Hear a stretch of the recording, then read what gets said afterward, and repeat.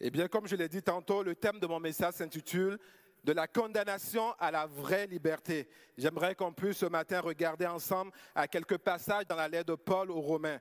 C'est un passage, je vous avertis déjà, qui est quand même assez dense, mais riche, vraiment riche, et qui va nous amener peut-être à vivre une liberté ce matin. Ça peut vous demander un peu de concentration. J'ai déjà apporté une version plus légère de ce message lors de notre dernière retraite de la jeunesse et les ados m'ont suivi jusqu'à la fin. Et à la fin, ils ont même rendu témoignage qu'ils ont reçu quelque chose. Donc si ce matin, je vous perds en route, je n'en suis pas responsable. Les ados ont résisté et vous allez être capables également d'aller jusqu'au bout avec moi.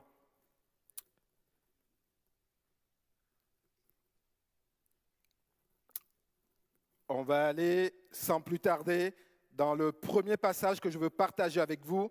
C'est dans Romains 7, versets 18 à 24. Votre concentration, s'il vous plaît. Ça a fonctionné avec les ados. En plus, ils avaient des bouteilles d'eau. Je leur ai dit de prendre une gorgée d'eau. Ils l'ont fait et ça a super bien fonctionné. Donc, si vous avez des bouteilles d'eau, prenez-en une gorgée d'eau. Ça va vous aider pour la suite. C'est bon? On est prêt? On lit. Romains 7, versets 18 à 24. Ce qui est bon, je le sais, n'habite pas en moi, c'est-à-dire dans ma chair. J'ai la volonté, mais non le pouvoir de faire le bien. Car je ne fais pas le bien que je veux, et je fais le mal que je ne veux pas. Et si je fais ce que je ne veux pas, ce n'est plus moi qui le fais, c'est le péché qui habite en moi. Je trouve donc en moi cette loi. Quand je veux faire le bien, le mal est attaché à moi. Car je prends plaisir à la loi de Dieu selon l'homme intérieur. Mais je vois dans mes membres une autre loi qui lutte contre la loi de mon entendement et qui me rend captif de la loi du péché qui est dans mes membres. Misérable que je suis, qui me délivrera du corps de cette mort? Amen. Si je vous pose honnêtement la question ce matin, qui se retrouve dans ce passage? Vous allez peut-être être gêné de lever la main. Alors je vais la poser autrement. Qui ne se retrouve pas dans ce passage? Très honnêtement. Je pense qu'on se retrouve à un moment donné dans ce passage. Et mon premier point ce matin sera le poids de la condamnation. Ce texte que nous venons de lire émane du grand apôtre Paul. Et pour ceux qui connaissent un peu son histoire et qui connaissent son impact dans tout le Nouveau Testament, on ne peut que se poser la question, à quel moment dans la vie de Paul a-t-il écrit ce passage? Est-ce que c'est avant sa conversion ou après sa conversion? Moi, je sais une chose, lorsque nous venons à Dieu et que nous recevons Jésus dans notre cœur, nous le découvrons, nous l'aimons et nous avons tous le désir de lui plaire, de faire pleinement sa volonté. Et ce désir brûle si puissamment dans nos cœurs que ça nous amène à prendre de grandes résolutions. On dit, plus jamais je ne ferai telle chose, plus jamais je n'irai à tel endroit, plus jamais je ne verrai telle chose. Je veux juste me consacrer entièrement à Dieu pour lui plaire pleinement. Et je me rappelle très bien, comme si c'était hier, lorsque j'ai donné ma vie réellement à Jésus, il y a plus de 20 ans maintenant, je n'avais qu'un seul désir, plaire à Dieu, faire sa volonté, marcher selon ses commandements. Mais très vite, au bout de quelques mois de marche avec Dieu, à tenter de faire mon possible pour plaire à Dieu et à faire sa volonté, je me suis rendu très vite compte que ma seule bonne volonté, mon seul désir, aussi grande que cette volonté ne fût, n'était pas suffisante pour m'amener à obéir pleinement à Dieu, à résister et à renoncer au mal qui guettait toujours à ma porte. Et c'est peut-être le cas pour certains d'entre vous ce matin. Et quand moi j'ai découvert le texte de Romains 7, ça a été pour moi un grand réconfort. Ça a été libérateur pour moi, ce passage. Et vous allez peut-être me poser la question, pourquoi? Ça a été libérateur et vraiment une consolation pour moi, parce que pour moi, l'apôtre Paul, c'est un modèle. Et si l'apôtre Paul, qui est un modèle pour moi, qui est un modèle pour beaucoup d'autres chrétiens, a pu oser aborder très ouvertement ce combat auquel il faisait face et auquel je fais aussi face. Et je crois que beaucoup d'entre vous font face également à ce combat intérieur en nous. Alors ça me donne un grand espoir ce matin que je m'en sortirai. À l'époque, c'était un espoir pour moi. Et aujourd'hui, je continue encore de surfer là-dessus.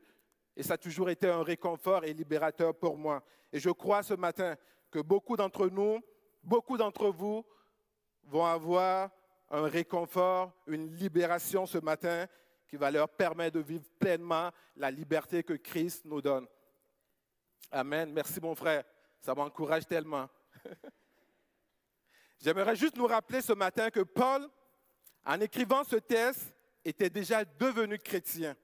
Il avait déjà fait sa rencontre personnelle avec Jésus sur le chemin de Damas et ne persécutait plus du tout les chrétiens.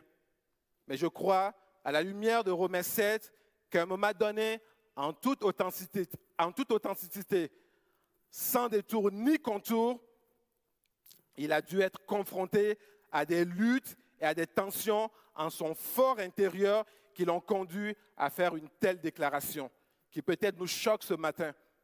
Il va dire, ce qui est bon, je le sais, n'habite pas en moi. J'ai la volonté, mais non le pouvoir de faire le bien. Je ne fais pas le bien que je veux et je fais le mal que je ne veux pas faire. Est-ce que ça vous arrive parfois de faire le mal que vous n'avez pas envie de faire?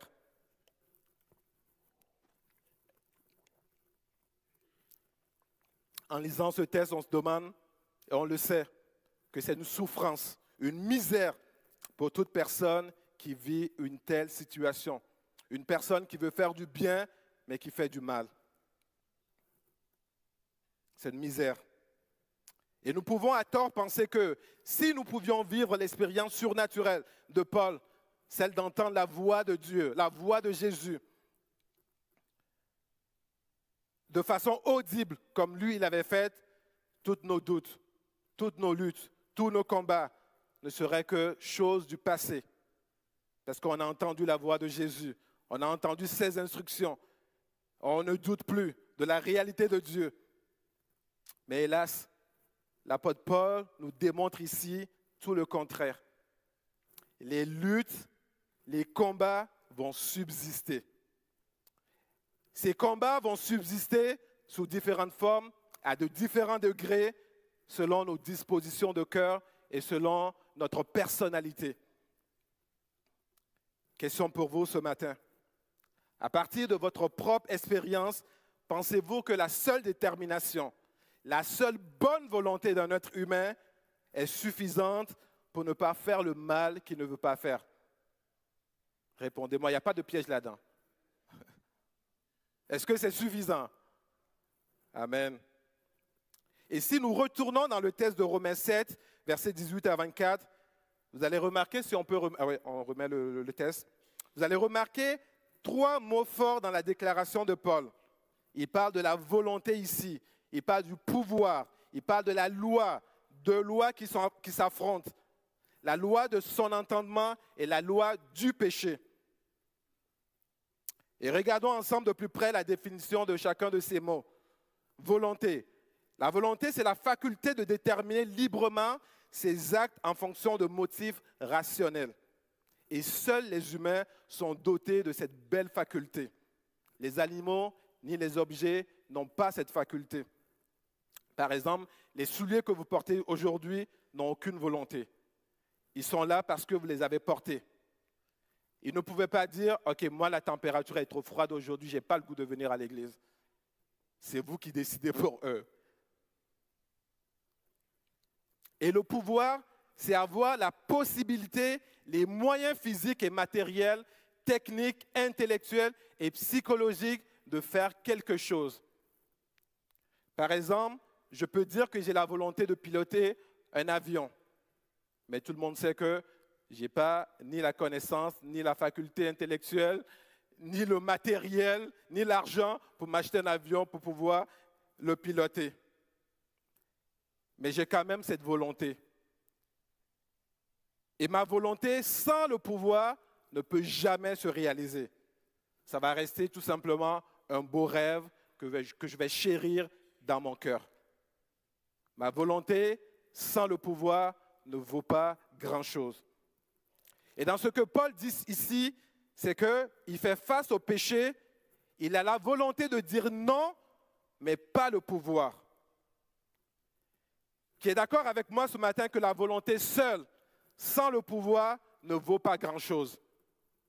La suite logique est que Paul finit par dire oui, malgré la volonté qu'il a, à cause d'une loi qui l'y oblige.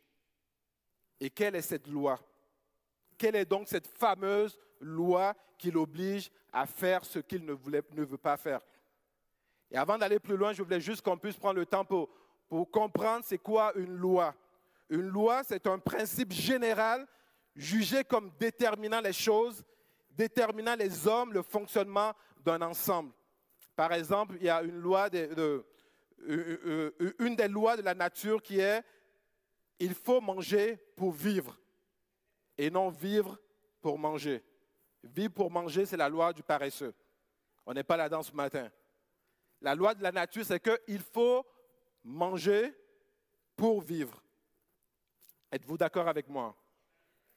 Et parmi les lois de la nature, il y a par exemple la loi de la gravitation universelle. Les ados savaient ça. Les ados, ils savaient. Est-ce que vous le savez? Il y a des profs parmi nous. Je ne veux pas vous regarder. La loi de la gravitation, de manière simple, la loi de la gravitation universelle explique plusieurs phénomènes se produisant sur la Terre. Par exemple, c'est la gravitation universelle qui explique pourquoi la Lune tourne autour de la Terre. La Lune demeure en orbite plutôt autour de la Terre. C'est également cette loi qui explique pourquoi un être humain reste à la surface de la Terre plutôt que de planer. Vous êtes d'accord avec moi? C'est également cette loi qui explique pourquoi, lorsque l'on lance un objet qui a une masse, elle redescend toujours vers le bas. Paul fait donc remarquer dans ce passage qu'il existe deux lois en lui qui s'opposent. La première, c'est la loi de son entendement qui, elle est humaine et qui représente le pouvoir de sa volonté. Et la seconde loi, c'est la loi du péché qui est une loi naturelle. Maintenant, selon vous, qu'est-ce qui fait la particularité d'une loi naturelle? Je vous dirais, une loi naturelle, elle est tout le temps valable. Par exemple, j'ai cette bouteille d'eau. Si je la lance, je m'attends à ce qu'elle redescende. Je n'ai pas besoin de prier. Je n'ai pas besoin de jeûner. Je n'ai pas besoin de louer. Je n'ai pas besoin de dire, Seigneur, fais en sorte qu'elle descende cette bouteille. Si elle reste suspendue, vous allez me trouver bizarre. Est-ce qu'on est d'accord? Et c'est la loi de la gravitation qui fait en sorte que cette bouteille, si je la lance, elle va redescendre naturellement. Une loi s'accomplit toujours et exerce toujours son pouvoir naturel.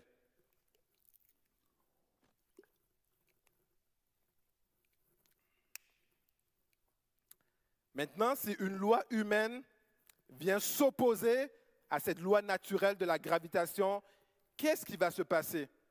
Qui gagnera ce conflit selon vous? Une loi naturelle qui veut s'opposer à une loi humaine. Ça prend un gagnant, ça prend un vainqueur. Les deux ne peuvent pas gagner à la fois. Et si je reprends ma bouteille, je me dis dans ma tête, je vais m'entraîner plusieurs mois. Je vais muscler mon bras. Et je vais essayer de prendre... ma Bible, elle est plus lourde que ma bouteille d'eau. Et je sais qu'il y a une loi de la gravitation universelle qui exerce sa force. Et moi, je prends ma Bible. Je dis, parce que je me suis entraîné mentalement, physiquement, psychologiquement, pour garder cette Bible comme ça pendant peut-être 24 heures. Qu'est-ce qui va arriver? J'ai beau entendre vos encouragements. Let's go, tu es capable. J'ai beau mettre mes écouteurs pour entendre des messages de motivation de tout genre. Tu es capable, on est avec toi. Vas-y, go, go, go, go.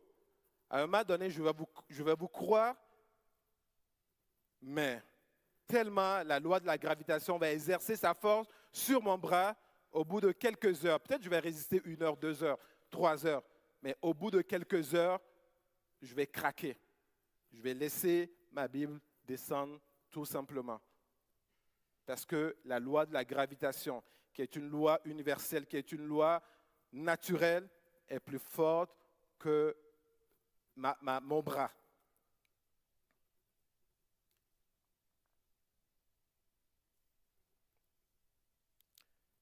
Et comme je l'ai dit, au bout de quelques instants, je vais concéder la victoire à la loi de la gravitation. Je vais capituler. Je vais dire, oui, je reconnais, tu es plus forte que moi.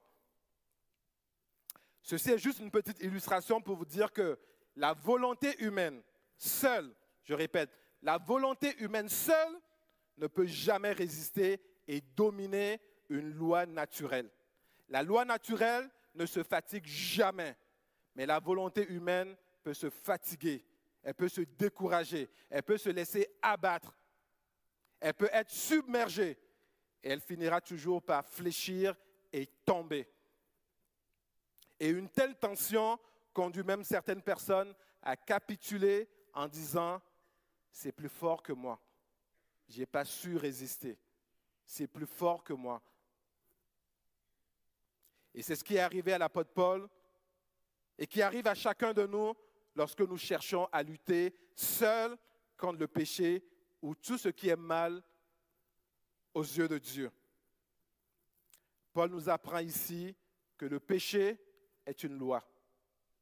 Ce n'est pas moi qui le dis, c'est Paul qui le dit. Le péché est une loi. Et lorsque nous essayons de combattre cette loi avec la loi de notre entendement, de notre simple volonté humaine, le résultat est décevant.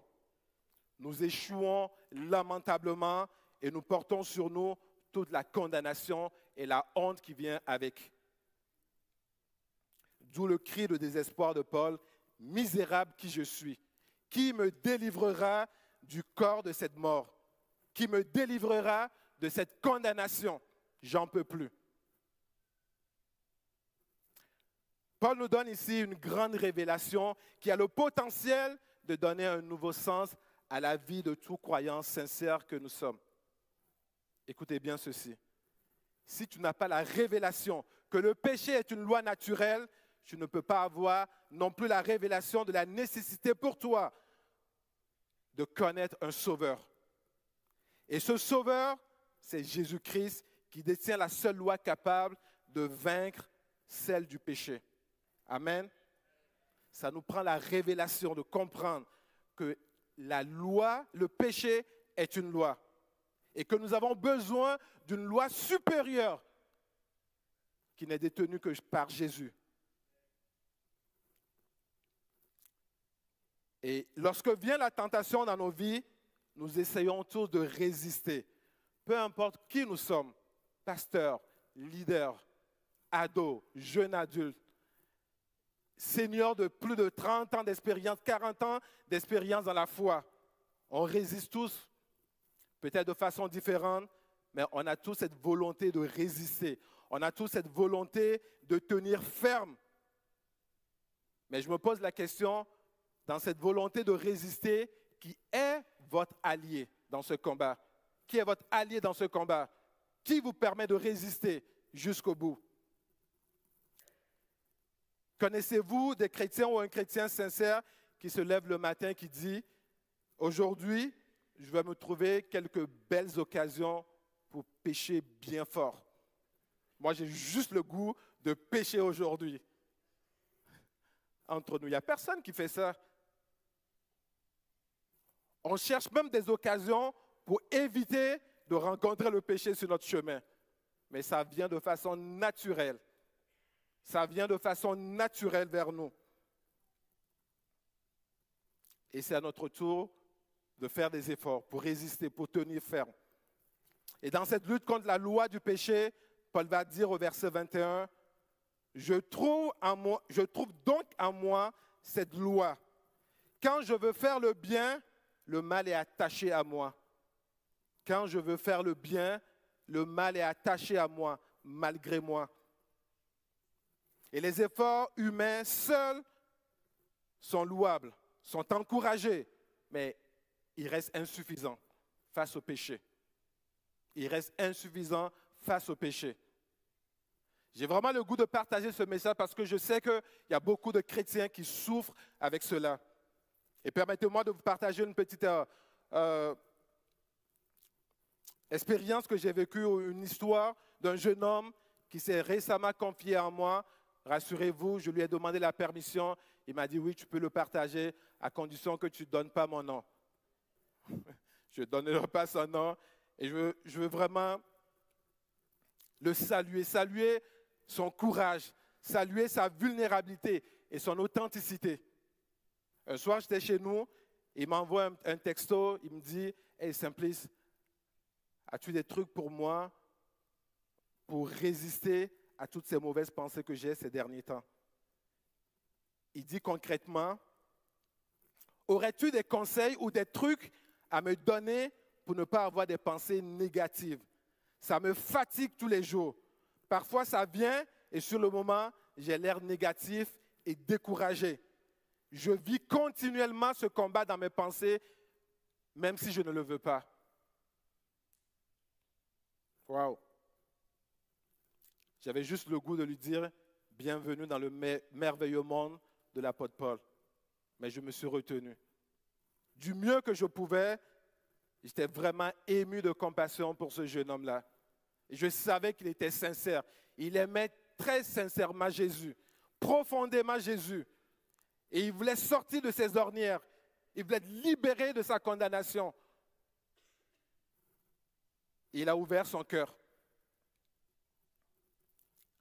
Et j'ai essayé du mieux que je pouvais de l'aider à cheminer vers le chemin de la vraie liberté. Et ce chemin, Paul va nous le révéler dans le chapitre 8 de sa lettre aux Romains. Mais avant la fin du chapitre 7, les yeux de Paul vont commencer à s'émerveiller. L'espoir d'une libération prochaine pointe à l'horizon. Une bonne nouvelle s'en vient. On peut se réjouir ce matin. Et dans Romains 7, verset 25, Paul va dire ceci. Grâce soit rendue à Jésus, grâce soit rendue à Dieu par Jésus-Christ, notre Seigneur.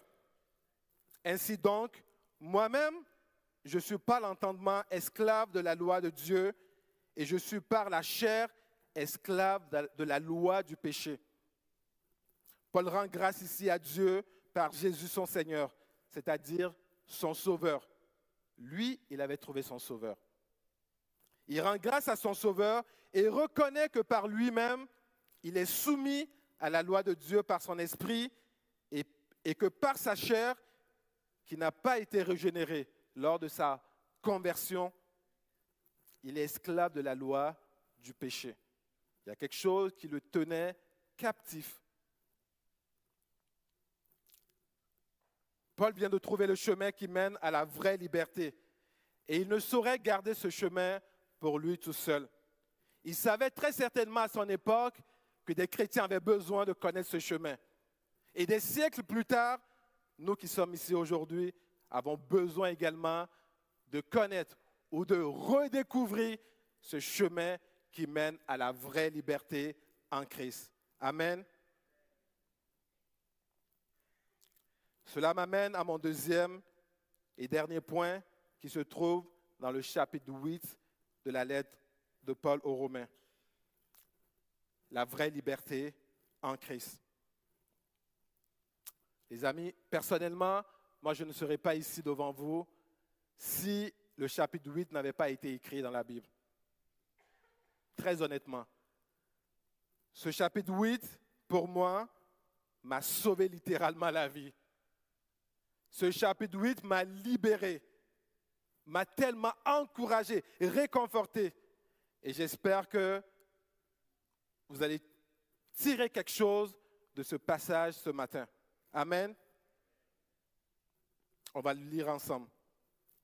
Romains 8, versets 1 à 4. Il n'y a donc maintenant aucune condamnation pour ceux qui sont en Jésus-Christ.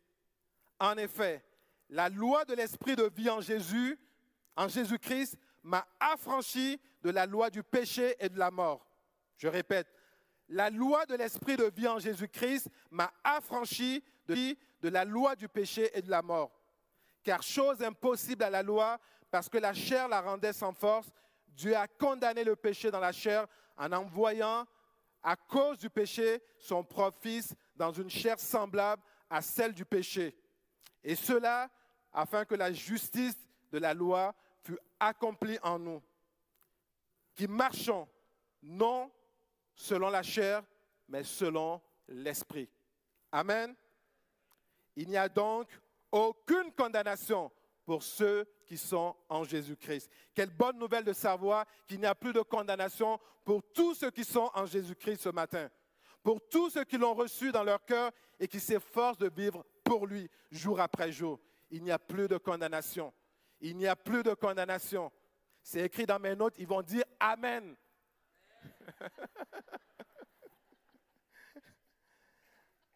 Le terme grec utilisé dans ce passage pour le mot français condamné est katakrima. Katakrima qui veut dire aussi sentence damnatoire, handicap, empêchement. Il n'y a donc plus aucune condamnation, aucune sentence, aucun handicap, aucun empêchement pour ceux qui sont en Jésus-Christ d'entrer pleinement dans le chemin de la liberté des enfants de Dieu. Il n'y a plus d'empêchement, il n'y a plus d'handicap pour toi. Tu as le droit de rentrer pleinement dans cette liberté, dans ce chemin et de goûter à sa grâce. Amen. Jésus nous libère de la condamnation pour nous faire entrer dans une nouvelle relation d'intimité avec lui, dans cette destinée qu'il a préparée pour chacun de nous. Chacun de nous, nous avons une destinée en Dieu. Peu importe les circonstances qu'on peut traverser, il y a une destinée, il y a un plan. Nous ne sommes pas le fruit du hasard dans ce monde. Dieu a préparé quelque chose pour nous. Il a préparé un chemin pour nous. Et si nous sommes sous la condamnation, nous allons passer à côté de ce chemin. Nous sommes devenus une nouvelle créature. Et cette nouvelle créature n'a qu'un seul désir, servir Dieu, se rendre disponible à Dieu, le laisser nous façonner telle l'argile entre les mains d'un potier. Cette argile qui se soumet au pouvoir de la volonté du potier, qui ne résiste pas, qui laisse le potier le façonner. Ça peut faire parfois mal, mais on fait confiance au potier. On se pose parfois la question, pourquoi tu me donnes cette forme-là? J'aimerais tellement être droit, mais tu m'as fait un peu pencher. Mais lui, il sait pourquoi il l'a fait. Il sait pourquoi on traverse parfois des difficultés. Il a un plan pour ça. Il y a un verset qui dit, « Toute chose concourt au bien de ceux qui aiment Dieu. » Pour ceux qui sont appelés selon ses desseins. Moi, longtemps, j'ai eu de la misère avec ce verset. Et je ne comprenais pas ce verset. Pourquoi mon malheur peut-il concourir à mon bien? Mais plus on grandit dans les voies de Dieu, on découvre toute la beauté, toute la sagesse de Dieu, toutes les merveilles de Dieu, que même dans les circonstances difficiles, il se tient à nos côtés. Il est là pour nous encourager et pour nous fortifier. Face à nos luttes, au péché sous toutes ses formes, lorsque nous refusons de nous soumettre au pouvoir de la volonté de Dieu, à la loi de l'esprit de vie en Jésus, nous nous épuisons et nous perdons très vite courage. J'en ai vu des chrétiens qui ont perdu courage. J'en ai vu et j'en verrai encore. Vous en voyez aussi et vous allez continuer à en voir. Et Paul va dire, à un moment donné, j'ai été crucifié avec Christ. Si je vis, ce n'est plus moi qui vis, mais c'est Christ qui vit en moi. Amen. Parfois à la maison, je fais une blague avec ma femme. Elle n'est pas là ce matin, donc je peux parler d'elle. N'allez pas lui dire ça. Hein. Quand je fais quelque chose qui l'irrite, que moi je considère être quelque chose de vraiment bien, sain, droit, et que ça l'irrite, je lui dis, j'ai comme l'impression que tu es encore vivante. Il va falloir qu'on te crucifie davantage. On a besoin d'être crucifié. On a besoin que Christ vit en nous. Chers amis, laissons Christ vivre en nous. Et si nous voulons vivre réellement dans une vraie liberté,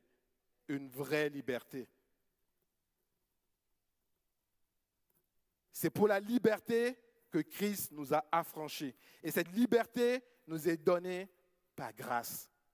Ce n'est pas par nos mérites, afin que personne ne puisse s'enorgueillir. C'est par grâce que cette liberté nous a été donnée. Qu'est-ce que donc la grâce? Vous connaissez tous la définition. Je veux juste vous la rappeler ce matin. La grâce, c'est une faveur imméritée accordée librement à quelqu'un. Tu ne perds rien pour l'avoir. Tu tends juste la main et tu dis merci. Un point, un trait. Dieu te propose sa grâce, tu la reçois, tu dis merci Seigneur, merci pour ta grâce. Et sous la grâce de Dieu, on ne peut plus se cacher derrière des accomplissements personnels. Pour certaines personnes, la grâce est souvent difficile à accepter, car elle vient bouleverser nos préconceptions. Elle renverse nos lois et notre logique humaine, notamment celle du mérite. On est tellement fiers de mériter ce qu'on a. Je l'ai mérité par mon travail, par mes efforts. Et quand Dieu nous donne sa grâce, on se dit, il me semble que je dois faire quelque chose pour la mériter un peu plus. La grâce n'exclut pas nos efforts pour y demeurer. Ça, c'est vraiment important. La grâce, elle n'exclut pas nos efforts pour demeurer continuellement dans cette grâce, mais elle exclut tout mérite de notre part. Tout mérite est exclu de la grâce.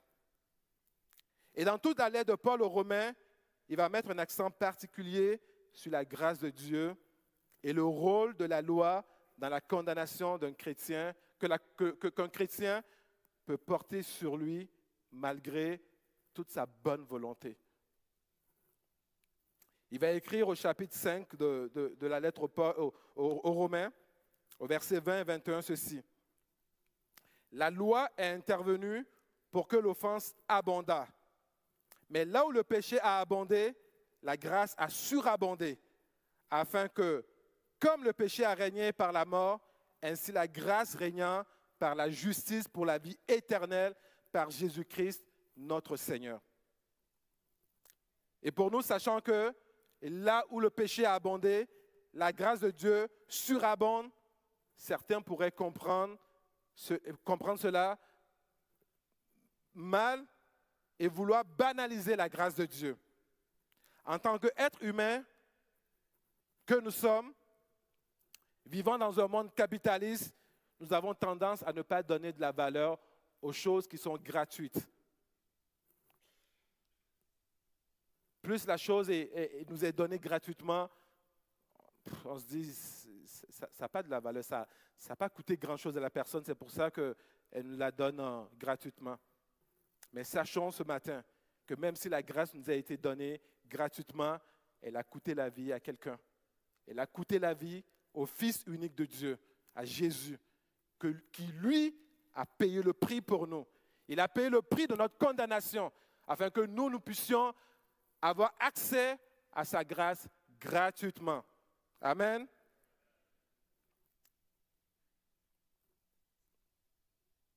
Et dans son exhortation aux Romains, Paul va leur poser une question qui demeure encore d'actualité aujourd'hui. Pour chacun de nous, cette question est adressée dans Romains 6, versets 1-2. Face à la grâce qui est gratuite, que dirons-nous donc? Demeurerions-nous dans le péché afin que la grâce abonde? Loin de là. Nous qui sommes morts au péché, comment vivrions-nous encore dans le péché? Paul fait une différence ici. Quelqu'un qui tombe et quelqu'un qui vit dans le péché. Il y a une nuance là-dedans. Il dit, nous qui sommes morts au péché, qui avons reçu la grâce de Dieu, qui sommes conscients du prix payé par Jésus pour nous, comment vivrions-nous encore dans le péché? Est-ce que nous vivrions encore dans le péché en prétextant que la grâce va surabonder? Non, non. Et en lien avec le chemin nouveau de la vraie liberté que Christ nous ouvre par sa mort à la croix, dans une autre de ses lettres d'édification aux Colossiens, Paul va leur dire ceci, Colossiens 2, 13 à 15. Vous étiez morts par vos offenses et par l'incirconcision de votre chair. Il vous a rendus à la vie avec lui, en nous faisant grâce pour toutes nos offenses. Il a effacé l'acte dont les ordonnances nous condamnaient et qui subsistait contre nous. Et il l'a détruit en le clouant à la croix. Il a dépouillé les dominations et les autorités. Il les a livrées publiquement en spectacle en triomphant d'elles par la croix. Amen. Frères et sœurs, nous pouvons nous réjouir ce matin.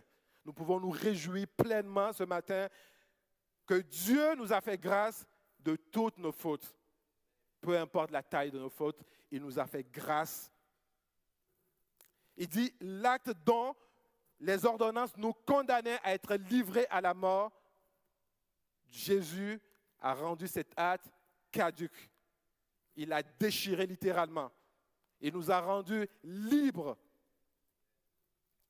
Et certains pourraient ce matin se demander, mais pourquoi j'ai encore des luttes en dedans de moi? Pourquoi j'ai encore des combats? Pourquoi la marche avec Dieu semble encore un peu difficile pour moi? Pourquoi ce fardeau pèse continuellement sur moi? Je pense à ce jeune homme avec qui j'échange ces derniers temps. Il est en train de découvrir le chemin de la liberté. Et à chaque victoire, il m'écrit, « Waouh, ça va mieux cette semaine. J'avance, j'avance. » Amen. Pourquoi avons-nous encore des luttes? Pourquoi avons-nous encore des combats?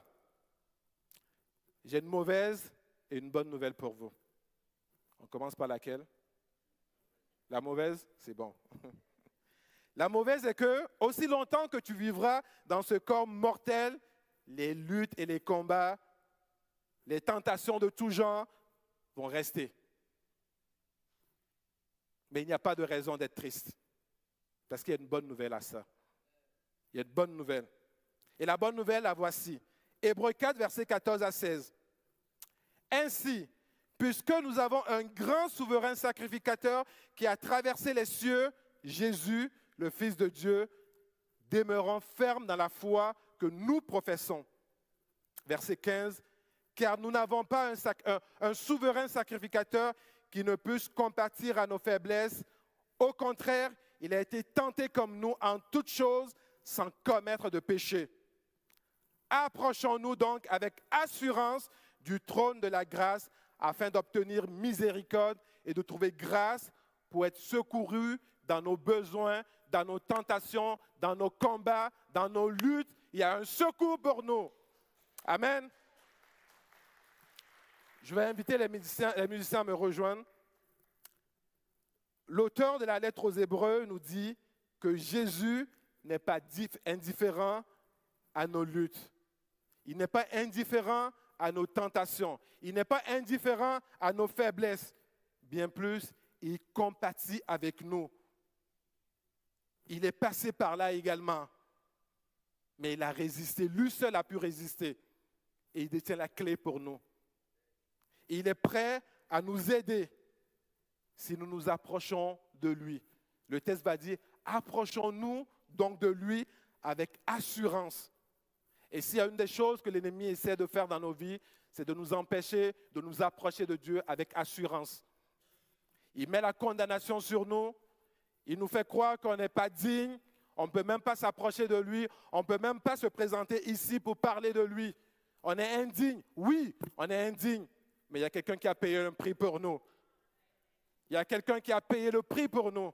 Et nous rentrons dans cette liberté que Jésus nous a donnée.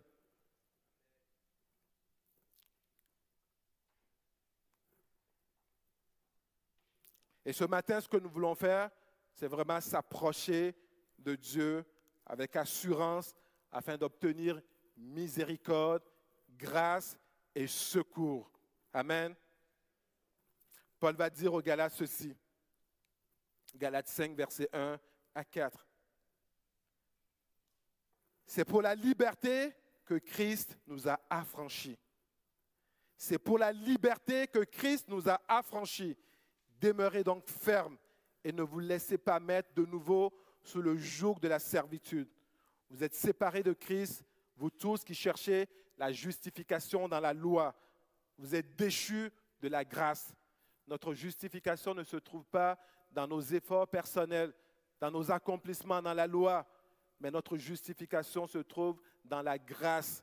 Si nous cherchons à trouver notre justification dans la loi, la parole de Dieu dit, nous sommes déchus de cette grâce-là. Nous rejetons cette grâce-là. Est-ce qu'il y a des gens ce matin qui veulent accueillir cette grâce dans leur cœur ce matin? L'accepter pleinement. Et je termine avec ce dernier passage dans 2 Corinthiens 3, versets 16 à 17. Lorsque les cœurs se convertissent au Seigneur, le voile est ôté. Or, le Seigneur, c'est l'Esprit. Et là où est l'Esprit du Seigneur, là est la liberté. Et moi, je crois que l'Esprit du Seigneur est dans ce lieu ce matin.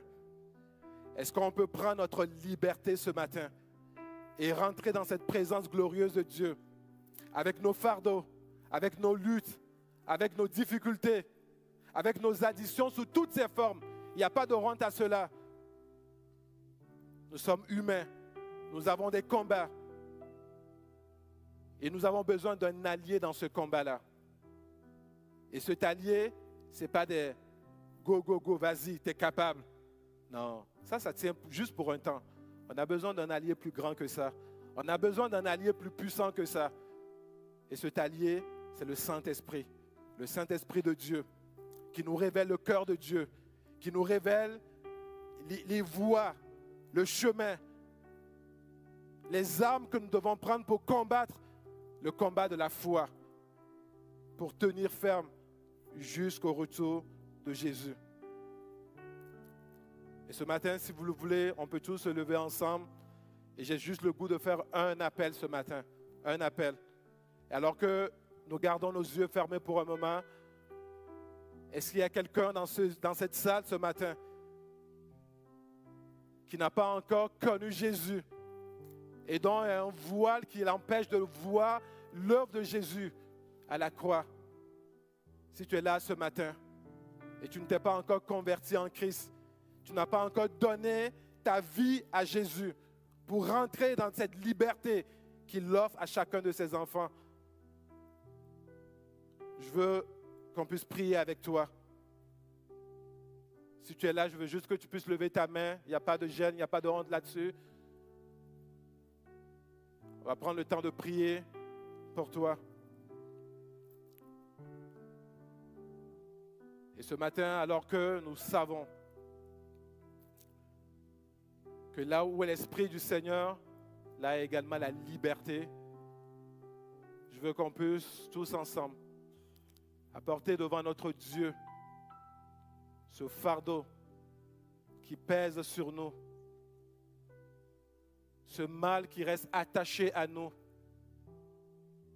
Et je sais que dans la vie chrétienne, je sais que dans l'Église, il y a des addictions et il n'y a pas de honte là-dessus. Il n'y a pas de honte. On est là ce matin pour apporter nos fardeaux, le poids qui pèse sur nous, la condamnation qui est sur nous.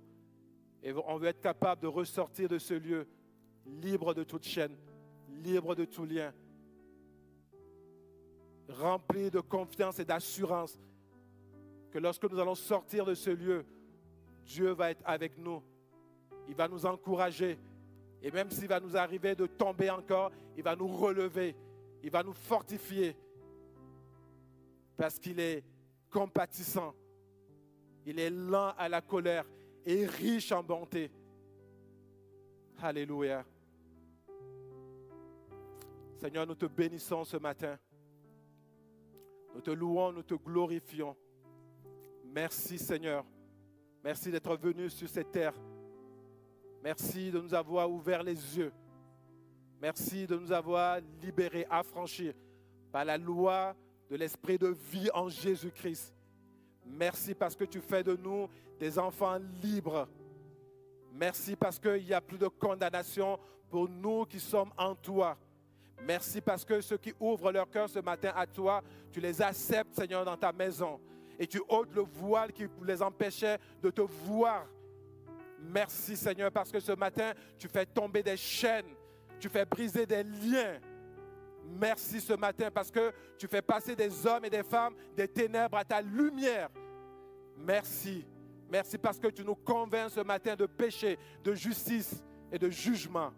Merci parce que tu ôtes toute forme de condamnation sur nos vies et tu nous rassures par ta douce présence. Tu nous rassures de ta fidélité, de ta bonté qui se renouvelle chaque matin dans nos vies. L'ennemi de nos âmes n'a plus pouvoir sur nous parce que tu nous as affranchis, parce que tu nous as ouvert le chemin vers la liberté. Et ce matin, nous nous présentons devant le trône de la grâce, non pas par mérite, mais parce que Jésus avait payé le prix pour nous. Et nous voulons tout simplement être reconnaissants pour ce grand prix qui a été payé pour nous. Et nous ne voulons pas banaliser cette grâce, ce cadeau merveilleux que tu nous as fait. Seigneur, donne à chacun de nous de prendre conscience de l'œuvre de la croix, de ce que tu as fait pour nous, de ce que tu continues de faire pour nous.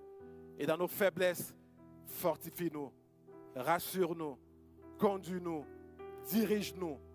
Merci. Merci pour ton Saint-Esprit. Merci pour la guérison que tu apportes dans nos âmes. Merci Seigneur pour les fardeaux qui tombent ce matin. Merci de nous permettre de nous réconcilier à nouveau avec toi. Merci Jésus. Toi seul est digne de recevoir toute la louange et toute la gloire. Sois béni et sois loué.